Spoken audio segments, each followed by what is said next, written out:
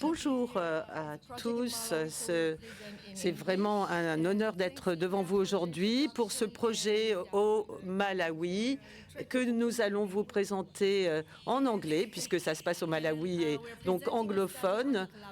C'est une étude qui est en collaboration avec le NIH américain et nous allons nous concentrer sur le NCI américain, pardon, et nous allons donc vous faire part de notre expérience au Malawi avec cette étude PAVE.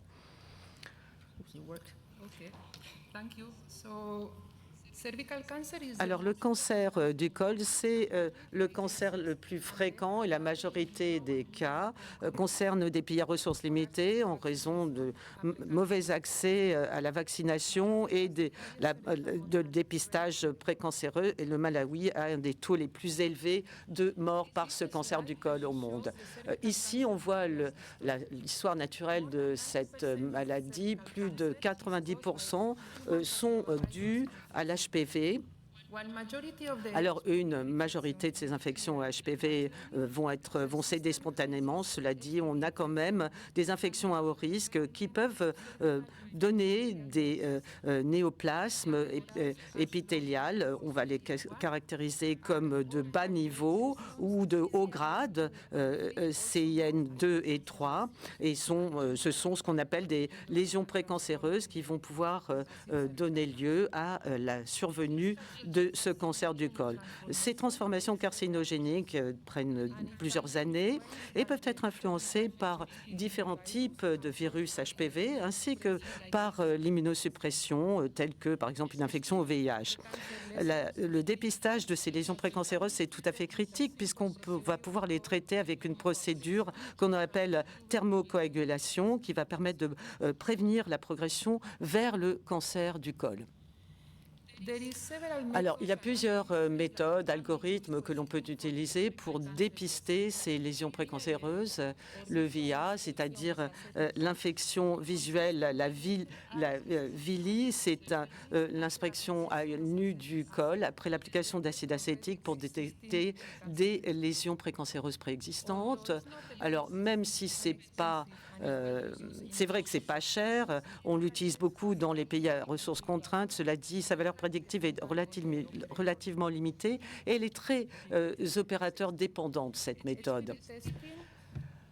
Le test HPV, ça permet de faire un génotypage dès qu'on a une infection du col et c'est la méthode la plus sensible. Cela dit, comme chez beaucoup de femmes, le virus va être éliminé avant l'apparition des lésions précancéreuses, sa spécificité est faible. La troisième méthode, c'est ce qu'on appelle l'évaluation visuelle automatique ou le VA, et ça permet d'avoir une image du col. Et puis enfin, l'histologie, c'est avec la biopsie et c'est vraiment le gold standard pour le diagnostic des lésions précancéreuses.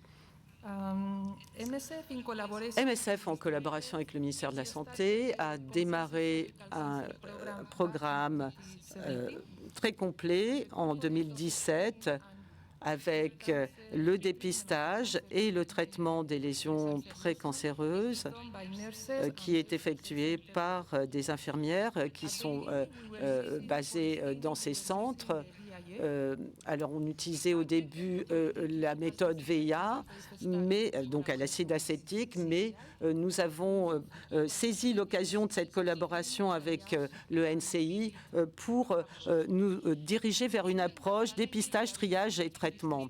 Ça veut dire qu'on utilise déjà le test HPV et le génotypage comme une première étape de dépistage, et ensuite on fait un triage en fonction du génotypage. Si la femme est positive pour une forme à haut risque, c'est-à-dire 16, 18 et 45, on la traite immédiatement. Sinon, on utilise l'acide acétique, l'inspection visuelle dans un second temps.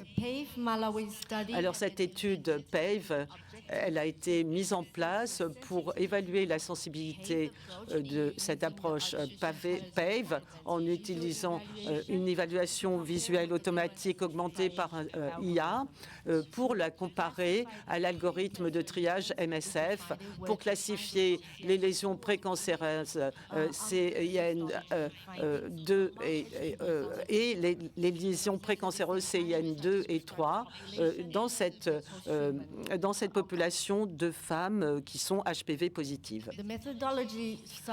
La méthodologie a inclus les femmes qui sont éligibles et qui ont entre 25 et 49 ans.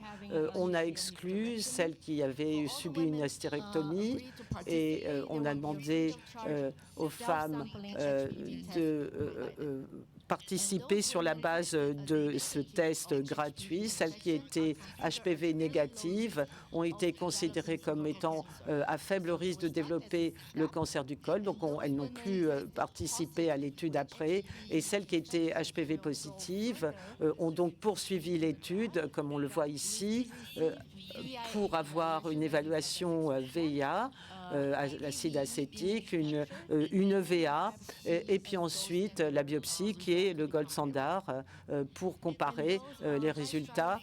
Et on a stratifié en fonction du test de génotypage celles avec un haut risque de HPV déjà identifié dans notre étude pour les virus 16, 18 et 45 ont été traitées par thermocoagulation et celles infectées par d'autres souches d'HPV ont été traitées par thermocoagulation seulement que le VIA était positif et ces femmes ont été suivies à 6 semaines, 12 semaines et 1 an.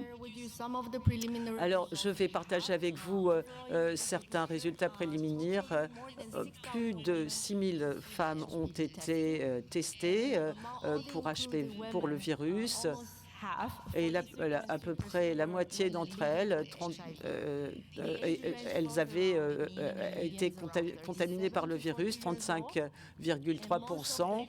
On voit que la plupart de celles qui sont positives sont des patientes relativement stables avec le traitement ART. Et dans la colonne du milieu, on a une prévalence relativement plus élevée des infections au HPV chez les femmes VIH. On est presque à 50%. Et celles qui ne sont pas infectées par le VIH, elles représentent 35% de ces femmes.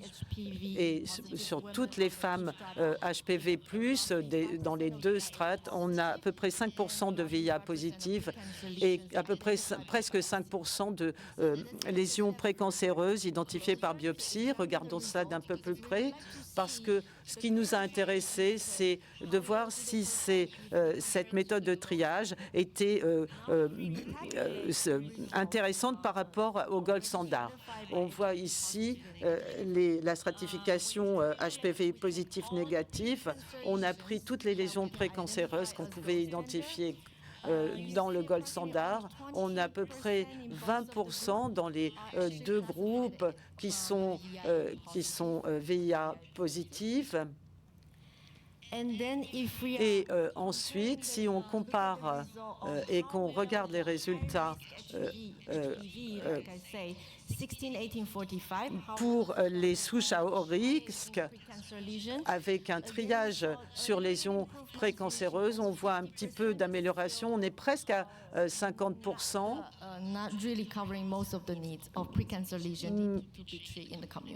Et donc, pour résumer les deux slides précédents, on peut dire que la méthode VIA, c'est très limité d'intérêt dans nos contextes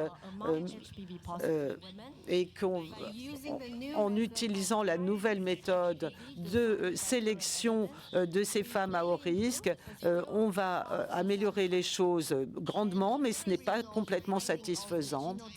Et les résultats du génotypage de la prévalence dans nos cohortes, on s'est demandé si on allait inclure ce groupe.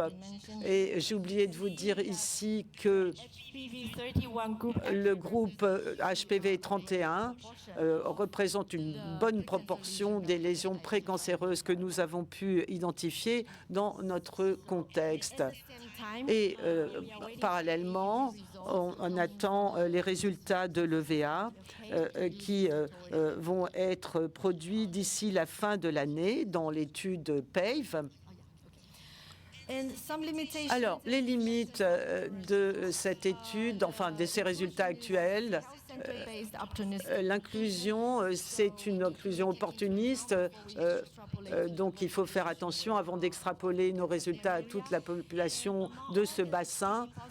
Sur les femmes, chez les femmes positives, seuls 70% sont revenus chercher leurs résultats et donc ont suivi la voie VIA, EVA, biopsie, et des échantillons collectés, à peu près 10% ont été considérés comme insuffisants pour un diagnostic pathologique.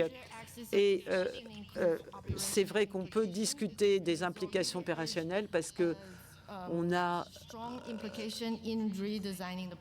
des résultats qui nous amènent à repenser le protocole, mais on doit bien réfléchir en fonction des capacités. Et puis, on attend aussi d'autres résultats pour affiner encore nos recommandations, y compris à propos du suivi des femmes traitées par thermocoagulation et